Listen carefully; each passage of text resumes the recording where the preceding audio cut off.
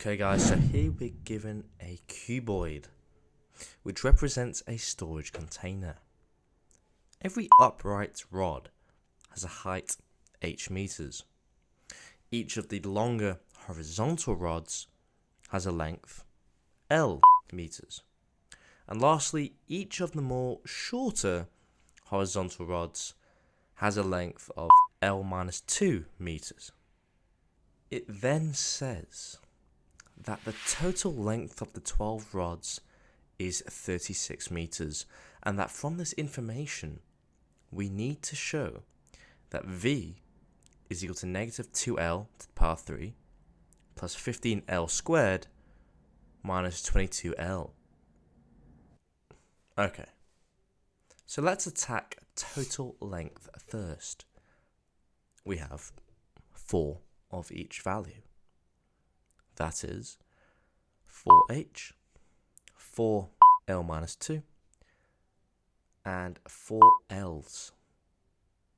This means that altogether we get 4h plus 4l minus 2 plus 4l is equal to 36 meters. Okay, great. We've got this, but now it still looks a bit messy. So let's fix that. Factorizing this, we get h plus 2l equals 11. Okay, brilliant. So that's that part done. However, it doesn't really do much for us. So where do we go from here? Well, remember that volume is equal to length times width times height, which therefore means that volume in this context must be L times L minus 2 times H. But now there's another issue.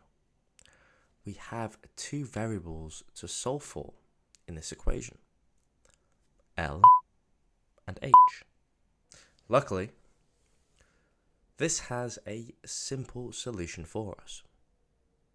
If we simplify out the equation we just found, we get L squared minus 2L times H, and H is equal to 11 minus 2L, which in total means that V is equal to L times L minus 2 times 11 minus 2L, which gives negative 2L cubed plus 15L squared minus 22L. Now, for this next question, it might look quite challenging at face value. But once you dig a little bit deeper, you can see that it's actually much easier than you think. The reason for this is due to the clue in the text. It wants the value of L, which makes V stationary. Stationary. What could that mean? Well, that means we need to find the point where V isn't changing. A stationary point. And how do we find a stationary point? We find the derivative. Doing this, we get dV by dL is equal to negative 6L squared plus 30L minus 22. And given this, we need to find the point where V is stationary. From here, we set it equal to 0. As a result, we get 3L squared minus 15L plus 11 is equal to 0. Now we could solve this purely by factorization, but I'm lazy. So instead, let's just use the quadratic equation, which when we do, gives 15 plus minus root 225 minus 4 times 3 times 11 over 6, which finally brings us to L is equal to 4.107. Next, we're told to justify that the value of L maximizes the value of V, and to therefore find this maximum value of V. What does this mean? Pause the video and give it some thought. What this means, guys, is that we have to show that our value 4.107 is actually a maximum. But now, how is that done? How do we show that anything is a maximum at all? Simple. First, we find the second derivative, which in this context is negative 12L plus 30. Second, we plug in our value for L, 4.107, which gives us negative 2 root 93. So what? Well, according to a maximum minimum test, if the second derivative is greater than 0, it's a minimum. And if it's less than 0, it's a maximum. Since negative 2 root 93 is clearly smaller than 0, it is therefore clearly a maximum. And so our conditions are satisfied. The root we found, 4.107, is clearly a maximum. Alright guys, now for the following question it says, state the 3 measurements of the container when its volume is at a maximum. Well, what does that mean? Well, L is equal to 4.107. So that's 1 we've got. L minus 2, well that would obviously be 2.107. So that's the second one. Now, what about the third? H?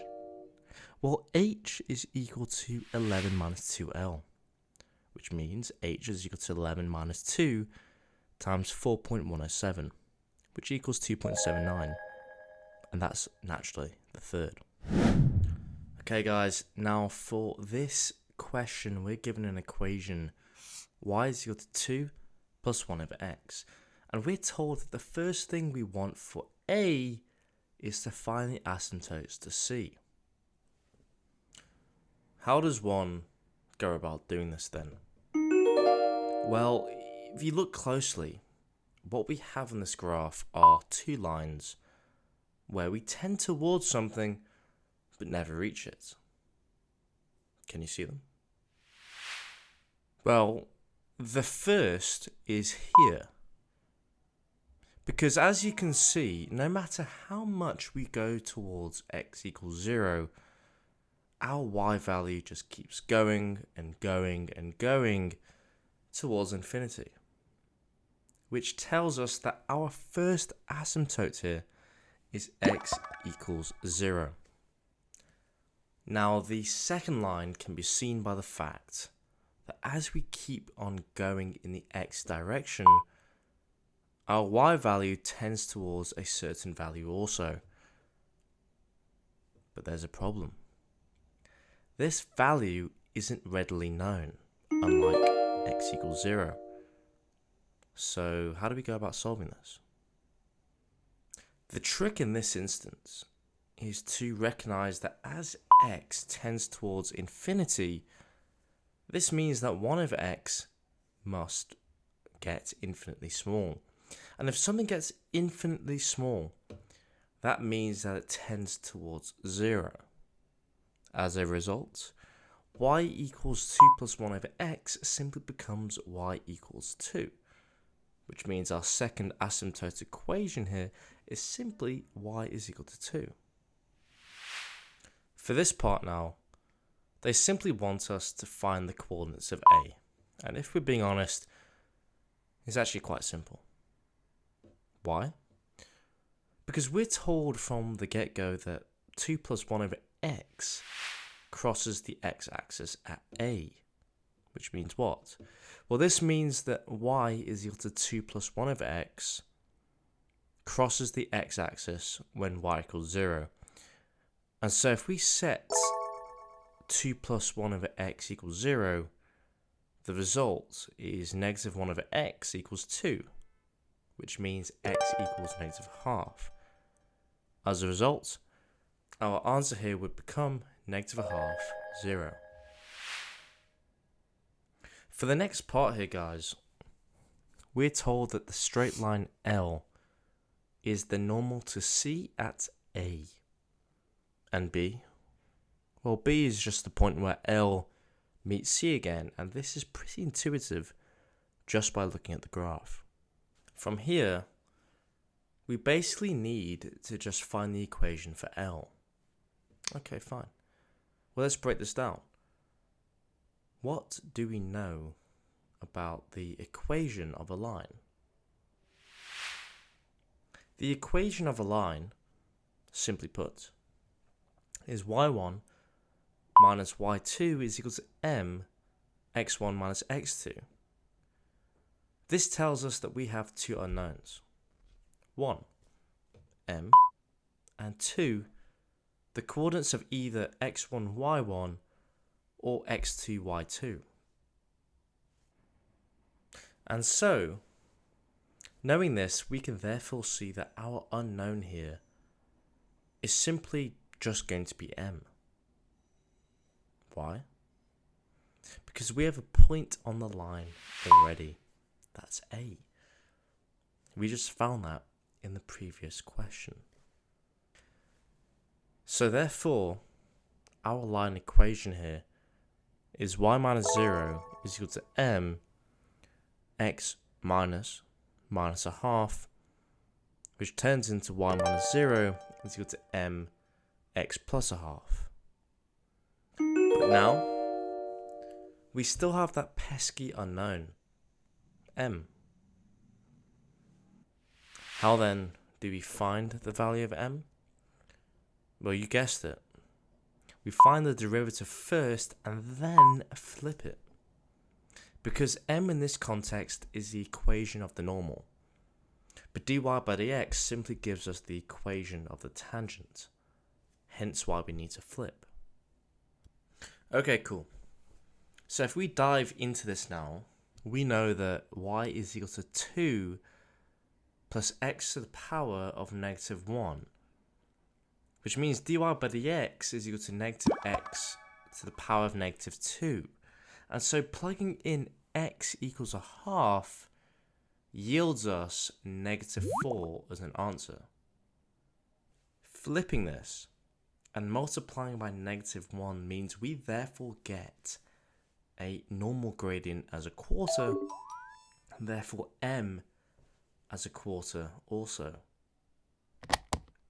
Plugging all of this information into our original line equation, we get y minus 0 is equal to a quarter x plus a half, which means therefore that 8y is equal to 2x plus 1.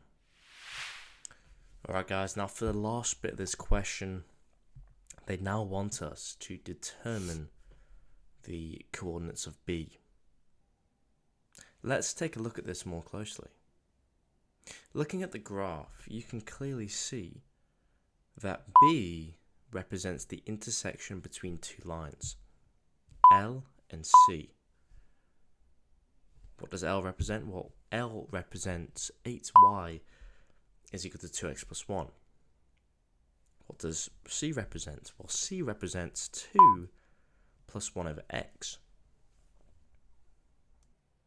As a result, B represents the intersection of these points, i.e. 8 times 2 plus 1 over x is equal to 2x plus 1. Simplifying this out, we then get 2x squared minus 15x minus 8 is equal to 0, which means x equals 8 or x equals negative a half. But there's an issue here. We have two answers, and we can't have two answers for B because it's one coordinate.